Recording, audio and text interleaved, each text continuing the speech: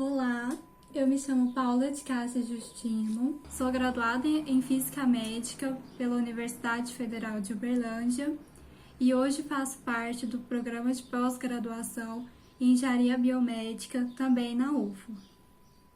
Vou falar sobre o meu trabalho, que é a determinação dos coeficientes de conversão para dose equivalente e dose efetiva de um profissional em um procedimento de implantação de sementes para bracterapia de próstata. Eu fiz um roteiro de apresentação, que é introdução, objetivo, materiais e métodos, resultados e discussões, conclusões, trabalhos futuros, agradecimentos e referências bibliográficas. Começando com a introdução, no Brasil, o câncer de próstata ele ocupa a primeira posição de maior incidência nos homens, sem considerar o câncer de pele não melanoma. Na última estimativa do INCA, de 2020 até 2022, no Brasil vão ser em média 66 mil casos novos, para cada ano. A bracterapia ela é uma das formas de tratamento desse câncer, seja HDR, que é de alta taxa de dose, ou LDR, baixa taxa de dose. Na bracterapia LDR, que é o assunto que a gente vai tratar neste estudo, são inseridas permanentemente cerca de 60 a 90 sementes radioativas no paciente. Para a correta implantação dessas sementes, o profissional ele requer de ser guiado por imagem, seja por ultrassom ou fluoroscopia. Então, como este profissional fica muito perto do feixe de raio-x, quando ele está utilizando fluoroscopia, há uma preocupação sobre a dose absorvida pelos órgãos e tecidos deste profissional. Alguns fatores na fluoroscopia fazem com que a dose seja mais alta no trabalhador. O biotipo do paciente, o equipamento e sua configuração, a experiência do médico e o uso de equipamentos de proteção individual e coletivo. Então, foram 3 fatores principais que nos fizeram realizar este estudo, que foi a grande incidência de câncer de próstata, nos próximos 3 anos, o crescimento do número de procedimentos com radiologia intervencionista, com a fluoroscopia, e o avanço da área computacional, O método Monte Carlo hoje, ele passou a ser um instrumento muito importante nas áreas de física médica.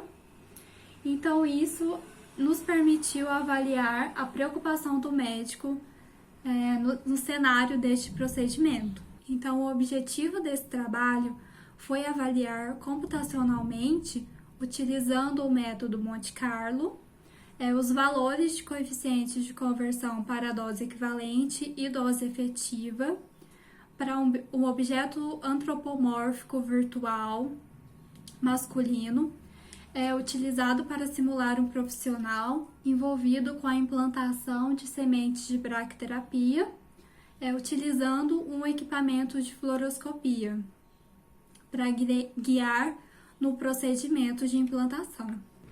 Nos materiais, a gente utilizou o software Monte Carlo MCNP 6.2, que ele pode simular o transporte de nêutrons, fótons, elétrons, prótons e íons pesados na matéria, por meio de experimentos probabilísticos e caracterizado por processos estocásticos. Então, ele gera um grande número de partículas, a fim de o maior número de eventos individuais sejam simulados e garantindo incertezas menores.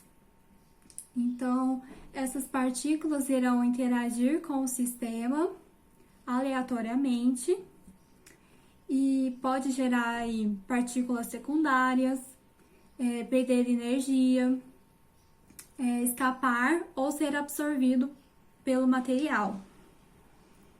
Então, essas trajetórias, essas partículas, elas estimam as grandezas dosimétricas. Então, o MCNP 6.2 foi utilizado neste trabalho para estimar os coeficientes de conversão para a dose equivalente e efetiva, né, neste objeto simulador masculino. Foi utilizado o TALE F6 e 1 a 9 histórias de partículas, né, número de partículas geradas. Então, para ser calculado o coeficiente de conversão para a dose equivalente, foi utilizado a primeira equação, em que o TALE F6 foi dividido pelo pKa simulado. O que foi esse pKa simulado? Foi uma câmara de ionização simulada, né, colocada diretamente na saída do feixe de raio-x do equipamento de fluoroscopia. E a segunda equação, que é para o coeficiente de conversão para a dose efetiva deste mesh, né, que é o objeto simulador. Então, foi calculado pela somatória dos coeficientes de conversão para a dose equivalente que a gente achou na equação acima, multiplicado pelos fatores de ponderação dos órgãos e tecidos que foram dados, né, pela ICRP de 2007 a 103. O outro software que a gente utilizou foi o de gerador de espectro de raio-x, que foi o SpecCalc. O SpecCalc, ele é um simulador de espectro de raio-x emitidos com anodos de tungstênio. Então, ele é utilizado na física médica, principalmente no radiodiagnóstico, porque ele aborda tensões de 40 a 300 kVp. E também uma ampla gama de ângulos, né, de anodo e também de filtração. Então, neste estudo, a gente simulou um aparelho de fluoroscopia da Philips, o BV Libra C-Arm. Então, a gente utilizou os mesmos parâmetros, que foram 100 kV, a angulação do anodo de 12 graus e a filtração de 0,6 milímetros de alumínio. O objeto simulador antropomórfico virtual masculino, o MESH3, ele foi modelado conforme a ICRP 89 e foi baseado em malhas de polígonos, imagens tomográficas e atlas de anatomia. Ele é visto aí na figura 1. Ele foi desenvolvido pela Universidade Federal de Pernambuco e ele tem uma estrutura aí de 103 órgãos, ossos e tecidos. A gente utilizou um masculino adulto de massa de 72,701 quilos e 1,75 metros de altura. Na figura 2, a gente tem representado um cenário experimental do artigo que inspirou a nossa simulação computacional. Então, a gente tem os objetos simuladores Aldersons, né, para simular aí o paciente e o médico. No nosso cenário de simulação, representado aí na figura 3, a gente tem o arco em C, com o intensificador de imagem também localizado em cima, com o tubo de raio-x localizado debaixo da mesa. Então, a gente vê também a câmara de ionização posicionada ali na saída do feixe para obtenção do pKa.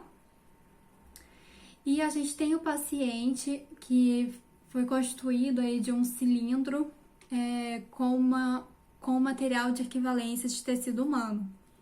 Então, ele está em posição ginecológica e logo à frente dele a gente tem o indivíduo ocupacionalmente exposto, que é o médico. Então, ele está a 20 centímetros aí de distância do paciente e ele que vai realizar, né, o implante das sementes.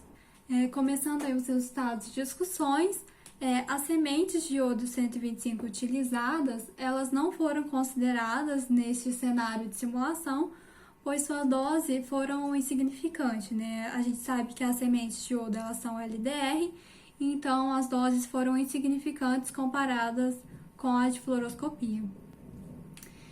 Na tabela 1, a gente tem os valores de coeficientes de conversão de dose equivalente e dose efetiva, né? E as incertezas nestes valores. Então, os órgãos que estão destacados foram os que obtiveram os maiores valores de coeficientes de conversão para dose equivalente, que foram o estômago, as gônadas, o fígado, as mamas e o cólon. Eles então obtiveram os maiores valores na comparação com os outros órgãos, né? E isso se deve ao fato de estarem localizados próximos ao feixe de raio-x, né, que sai ali do equipamento de fluoroscopia, e também do paciente. A gente sabe que na fluoroscopia a principal fonte de radiação espalhada, né, é o paciente e é a radiação que mais atinge a equipe médica.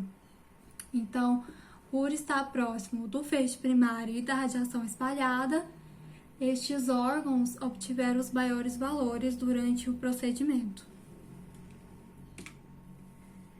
Para os órgãos localizados acima do tórax, como o esôfago, tireoide, glândulas salivares, olhos, cristalino, cérebro, eles tiveram os menores valores para coeficiente de conversão de dose equivalente.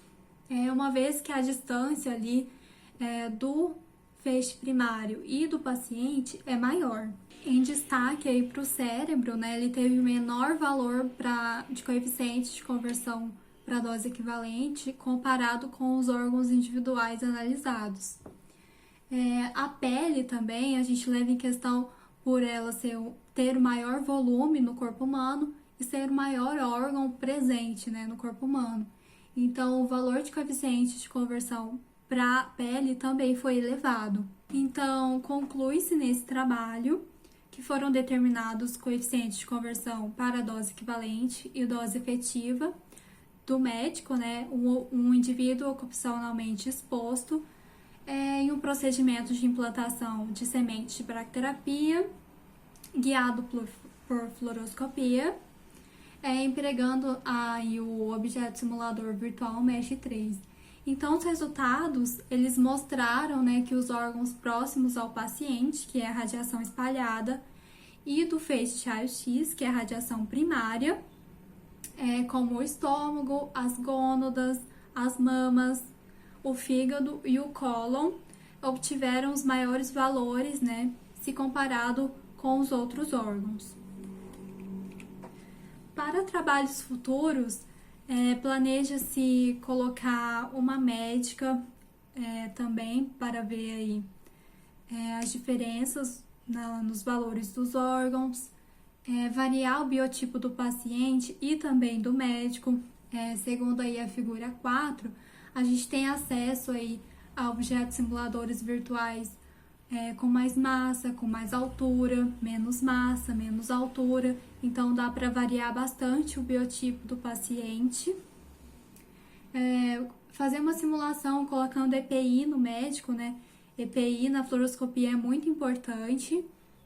Meus agradecimentos aí ao Dr. Richard Kramer. Ele forneceu os objetos simuladores ao nosso grupo, né? A agência de fomento, a FAPEMIG, né, pela minha bolsa de mestrado e também pelos projetos do meu grupo de pesquisa, ao CBMRI também e aos patrocinadores. Aqui estão minhas referências bibliográficas utilizadas nesta apresentação e obrigada!